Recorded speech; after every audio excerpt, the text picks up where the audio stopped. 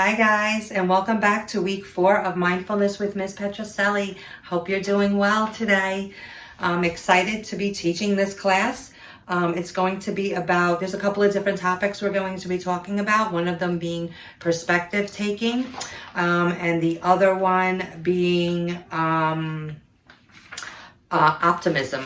Okay, so we're going to talk about those two things, but before we begin, again, I want you to let's take a look at our brain, our beautiful Keisha brain. Our beautiful brains, right, that are becoming so much more exercise. We're creating so many more neural pathways, right, guys? Because we're practicing mindfulness, right? We are strengthening up those new pathways that we're making because of that neuroplasticity that the brain has. And we are, by doing mindfulness and calming our amygdala, we're allowing all new information to be able to pass through to the frontal cortex, where it could then be stored in the hippocampus, and we are becoming great, active, mindful learners and human beings, right? It's always important. Well, today's lesson, so now we know, right? The amygdala, the guard dog, right? The prefrontal cortex makes all those decisions, learning and thinking, and all that happens here. But guess what? All that learning, none of that information is going to pass as it's coming in, right? We're getting input from all those different senses, right? And those neurons are sending that information all to our brain and signaling off what we should and shouldn't do. That does not happen if the amygdala is feeling threatened, or in that, remember what we called it, the fight, flight, or freeze mode. If the amygdala is feeling that, guess what? The prefrontal cortex, it's just fact, guys. It's a fact. If the amygdala is not calm, the prefrontal cortex is not going to be able to make good decisions and learn to the best of its ability. That's a fact, okay? And then again, the hippocampus is responsible for keeping memory and storing, so we could retrieve all that good knowledge that we've remembered, and we can remember also lessons that we've learned, right? Oh, I'm not going to do that again because I remember the last time I did that, I got into a lot of trouble. So let me rethink that, and I'm going to do it differently. That is being reflective and not reactive, right? We always want to be reflective and not reactive.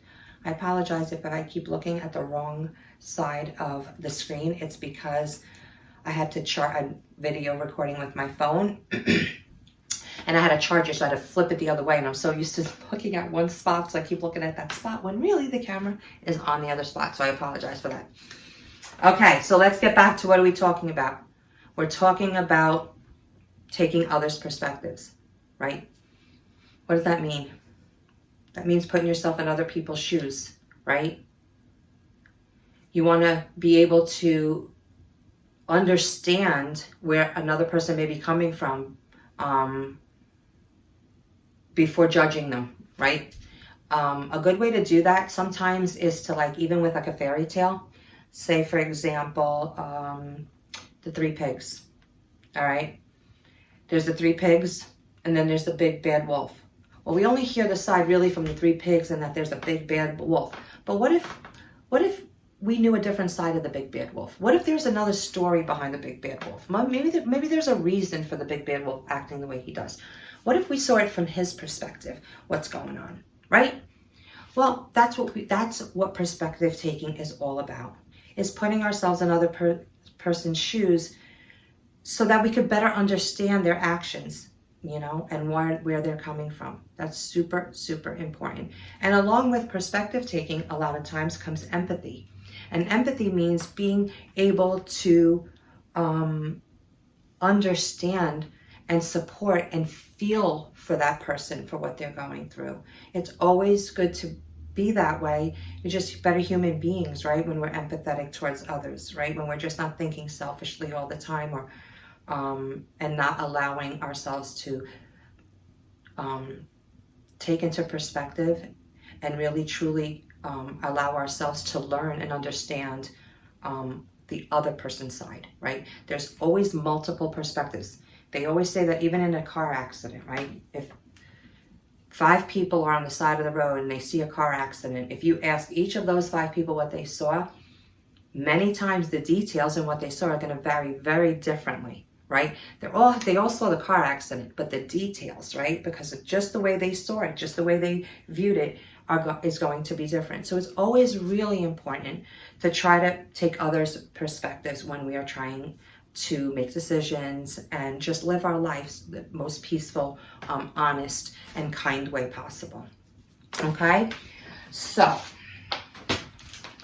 let me get out my little Mind Up curriculum book. What is perspective taking? Well, I just explained to you what perspective taking is, but why is it important? Because it allows us to be better equipped to tolerate people, right?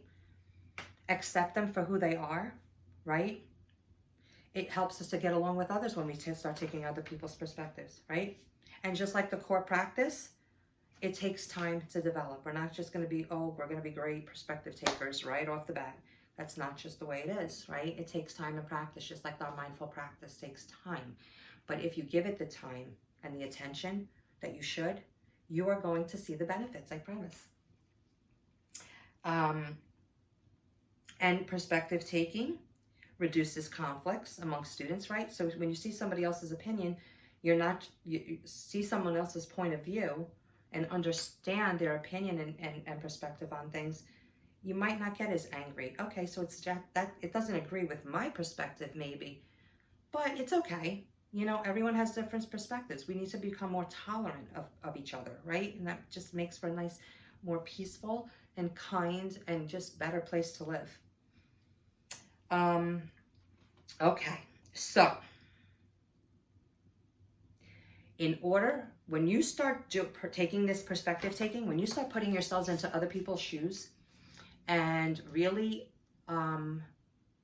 trying to understand where they're coming from, right? These things really help to reduce our own anxiety, okay? It helps us with our impulse control, so we're not just reacting, we're reflecting, right? And it allows us to look back at our behaviors, to be reflective, right? And how our behaviors are impacting others. You know, perspective taking is like, okay, you know, I wonder how that made that person feel what I just said. I know if that person said that to me, how I would feel. That's perspective taking, right? Putting yourself in other people's shoes. Because if we did that more often, we would realize that a lot of the times we're doing things that we wouldn't really want done to us, right? So we shouldn't be doing it, okay? So let's try to take others' perspectives a little bit more. Let's be more mindful perspective takers, okay? All right.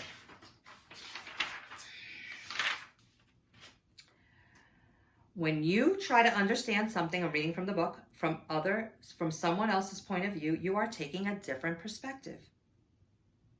So, now that we are doing that, how do you think that is like what we've been doing in mindfulness so far? Okay? What if, for example, we've observed different specimens. You've observed the teddy bear, some of you observed the bear, some of you observed your dog, some of you observed the seashell, some of you observed the rock. You guys observed all different things, right? What if we flipped it now? And it's your object doing the observation. It's their perspective, not your perspective. Before it was yours, you were observing them. You were looking at what they're doing. What if we flipped it? And the object is going to tell us what they see. What would that be like? So you see, it's different, right?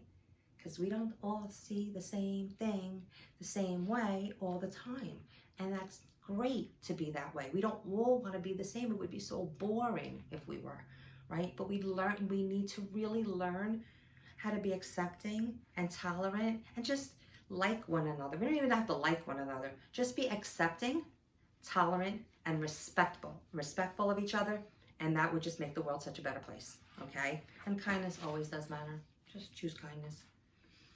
All right. I wanted to also to start pay attention to your own feelings and thoughts, like when you're having those thoughts about someone or something. Are you being mindful? Are you taking perspective? We need to be mindful in everything that we do, right? We need to be mindful because we want to be better human beings, right? We want to make this world a better place, right? Especially you guys. You guys are young. This is your world. You know, this is the world you're creating for your future, right? Your family's futures one day. So you want to make it a better place. You don't want it to be a hostile environment. Like right now, we're seeing a lot of hostility, a lot of hate, a lot of stuff going on that, you know, really breaks my heart and makes me sad, you know, and I'm hoping that this mindful practice for you guys will help you see that, you know, it's okay to be different. It's great, actually, you know, and we need to accept and tolerate one another and accept each other's differences. It's super important, okay? I wanted to also, if you have a chance, watch the movie Maleficent, because that's a different perspective. You know, that's about Sleeping Beauty. That's the Wicked Witch, right? The one that looks in the mirror, mirror, mirror on the wall, okay? And that's the Wicked Witch, right? But this story, Maleficent, I don't know if some of you may have seen it already, is actually told from the perspective of the Wicked Witch. And you will see her in a completely different way than you did before viewing Snow White. She's not the bad guy, actually. You know, when you see it from her perspective, you realize where she's coming from, why she does the things she does, right? That's perspective taking. So if you have a minute, and if you're able to, Google it. Maybe it's on YouTube. Maleficent, okay? It's with Angelina Jolie. Great movie. And it really will show you the differences. It makes you think, look at that fairy tale just a little bit differently. Okay. So different people, here's some key points, right? Different people may have different reactions and different views of opinions about the same event.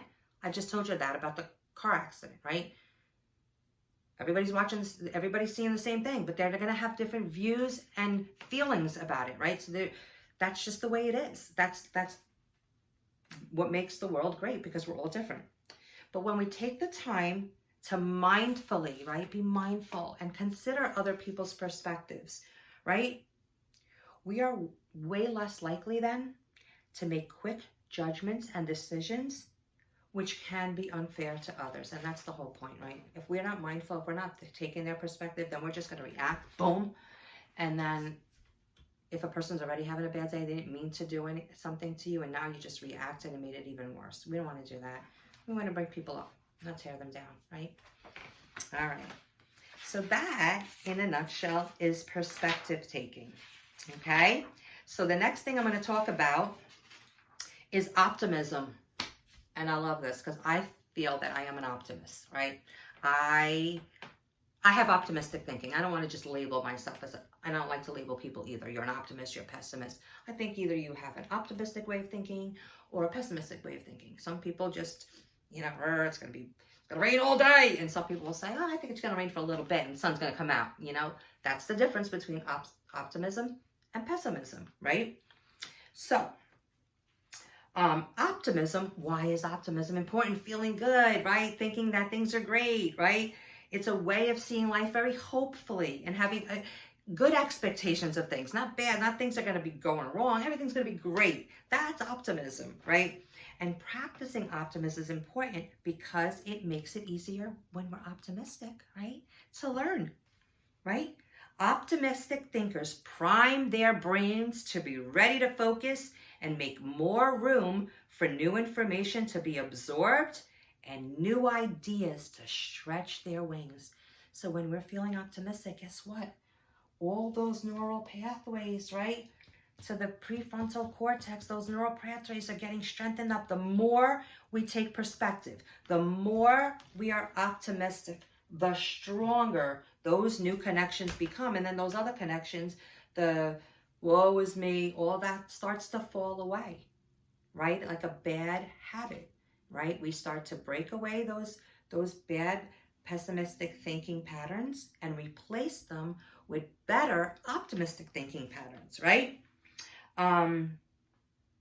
It helps you to see viewpoints of others when we're optimistic, okay? Helps us to connect with other people, right? Because we're feeling better about things. It helps us to make friends, solve problems. It's just overall being optimistic has probably some health benefits too, because when someone is optimistic, they deal with stress a lot better also, Because like I said, we all have stress. It's how we cope with the stress that is really the factor. And mindfulness is truly, truly an effective way in coping with stress, right? Okay, so I wanted to just show you. They're saying students who are generally optimistic enjoy better physical health, have more success at school, flourish in relationships, and, like I said before, are better equipped, to handle stress in their lives, okay? And brain research, remember this, we always want the research. I don't want just people saying, oh yeah, it works, it's great. I want to know, does it really work? What does the research say? Because the research really tells us, yes, it really does work. This is effective. These are scientists really studying this and actually telling us that it works because of studies, actual studies, professional studies that are done, okay? Scientific studies, okay? So they are saying research has confirmed it is more a learned trait than genetics. So some people say, well, he was just born like that. But we can change that. We've already said that. The brain is neuroplastic. We can change those connections again. We can form new connections that are going to be better for us, better for our learning, right? Okay. And optimism is easily defined in brain scans. I'm going to show you, I'm going to upload a picture of the brain when it's resting and the brain when it's thinking, so you can see just how fired up, all the blood flow that goes to the prefrontal cortex when that's happening. And I'm also going to show you a picture of an active neuron. It'll be online, okay? And an inactive neuron.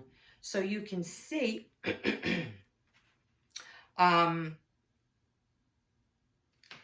active neuron, when you keep using certain things, it'll start forming new connections and strengthening those connections, right? So we'll repeat those patterns over and over, right?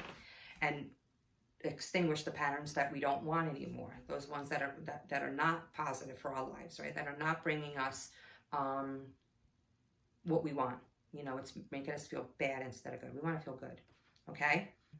So it's just levels of different chemicals that we have in our brains that they're able to test and study so that they could see when someone is feeling better and optimistic, the differences in the brain flow and all those chemical levels as opposed to a person who is a pessimistic thinker. Okay? So like our bodies, like we've been doing, right? We are training our brains. We are exercising our brains through what? Mindfulness. And how do we do that? Breathing, in a nutshell, right? We can train our brains to be optimistic too. So we could do the same thing to our brains, right? By repeating thoughts and experiences, right, that bring us that optimistic thinking. Alrighty? All right. So I'm going to show you a little activity. And once you start doing that, once you start practicing something, those pathways, I'm going to show you what the pathways look like, because at first it's kind of like a new road, right? The pathways are not strengthened yet, right? So it may not come as easily, but the more we do it, the easier it becomes. So I'm going to do this little activity with you, and I want you to do it too. Have you ever made a fortune teller, paper fortune teller? I'm sure many of you have. Well, I'm just going to demonstrate the paper fortune teller in a comparison to our new neural pathways that we form, okay? And how it is in the beginning and how it continues, okay? All right, so neural pathways are built through repeated practice, such as perspective taking, right? And optimistic thinking. So by creating this object, right, I'm going to show you how information passes quicker and quicker and quicker the more we do it, okay? So we're going to start off with a plain piece of paper, just like that, okay? And we're going to make this paper into a square. If you already have like an origami sheet of paper that's already square, then you don't have to do that, right? And we're just going to fold this paper down, just like that. And then I'm going to cut the top off because I want to make a square. I'm going to cut just this top off right there.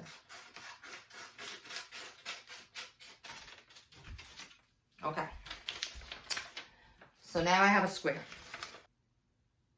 Okay, and then I'm going to take my square. Now I folded it like this.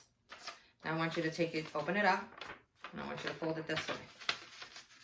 So you kind of, the opposite tips. So when you open it back up again, you see it looks like that. Okay? Then I want you to take it, keep it open up just like that, and I want you to fold in the sides to meet the middle, just like that. So you're gonna fold it in, and then fold in this side. See that? Just like that. And then fold in this side.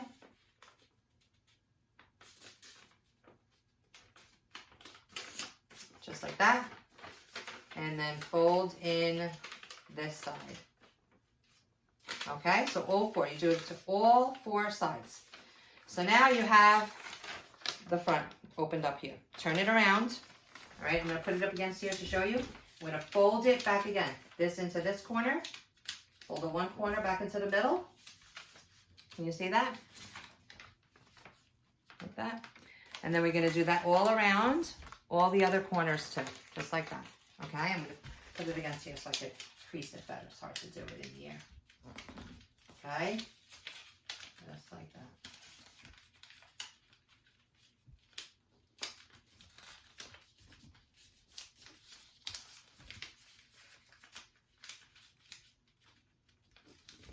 Okay, so now you have to fold it and really crease it. Crease the sides, crease, crease, crease, crease. Okay, now I want you to flip it back the other way, right? Not this side, flip it back this way, okay?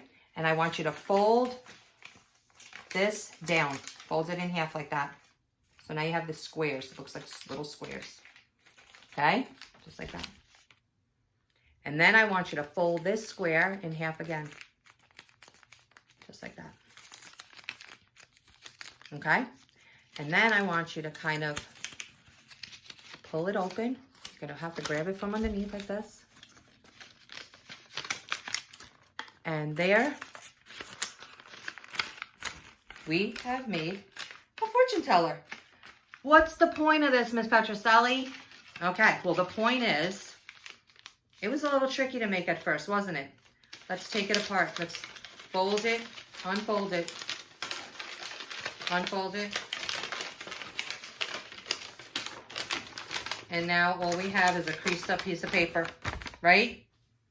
This is our brain. This is our brain after a connection has been made, after a strong connection has been made. So how do you think the information is going to pass through, right? Let's do it again. Let's refold this paper and see how it is the second time to do it. Let's do it.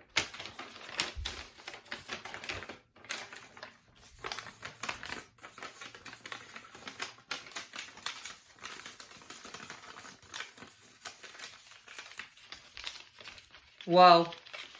As you can see, the second time I was able to do it a lot quicker. Why? Because it was already done, right? It was already done for me. All the creases were already there. The pathways were already built, right? So this is the same as the neural pathways in our brain, guys. That's the whole point of it. Go enjoy your fortune teller. Make up a fun game for you and your friends and family.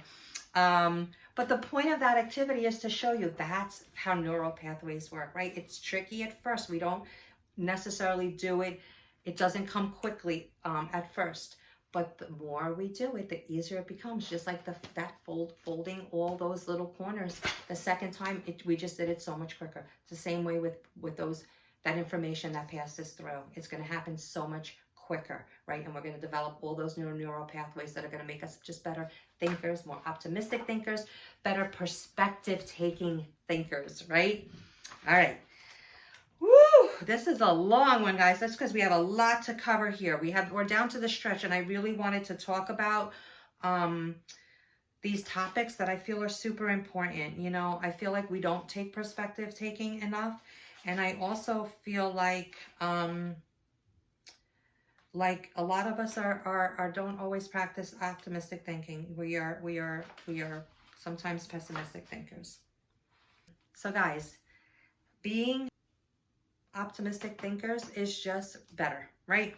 Because like just in the function of the brain, let's get back to the brain, right? Pessimistic thinking can set off the amygdala, right? And shut down, right? If the amygdala gets all fired up, it shuts down, right? The information passes into the prefrontal cortex. And that happens when we are pessimistic thinkers. The prefrontal cortex gets clearer information from a calm amygdala, right? So therefore, it works much better when a person believes that a problem can be solved, right? An optimistic thinker believes, oh, we can do that. A pessimistic thinker would think, oh, that's never going to happen. You know, we want to practice optimism because it's also very healthy for our brains and for learning. Did you know? Behavioral scientists have linked optimistic thinking to happiness, good health, and better academic performance. It's what I've been saying in a nutshell. It's super important, guys, to be optimistic thinkers, okay? They are happy, healthier, more successful people. They're better problem solvers, and they just get along better with others. So, guys, it's a choice. Do you want to retrain your brain or not? Right? It's just a choice, just like everything else you have in life. Do you want to better your life? Do you want to bring great success in your life? And I'm not talking success being rich. I'm talking success feeling good about yourself, having people that care about you, that you care about them. That's success, right? When you feel good about yourself and when you care about others and others also think highly of you because you're such a good person, that's success, right? Success doesn't come just with monetary things. Success is much more than that. All right, so that's it for this week, guys. I hope you enjoy this lesson. I hope you understand more about perspective taking and how it and optimism and how it really interplays with our brain, how there actual is brain function happening with those two things. And I want you to really try to practice them, okay? Because it's going to be better for you, okay? It's always better. Like I said before, to be an optimistic thinker, and it's always it just makes a better planet to take other people's perspective, right? And to be tolerant and accepting of others' points of views, right? And differences. That's super important. So remember to be mindful and remember to be optimistic. Till next time. Bye, guys.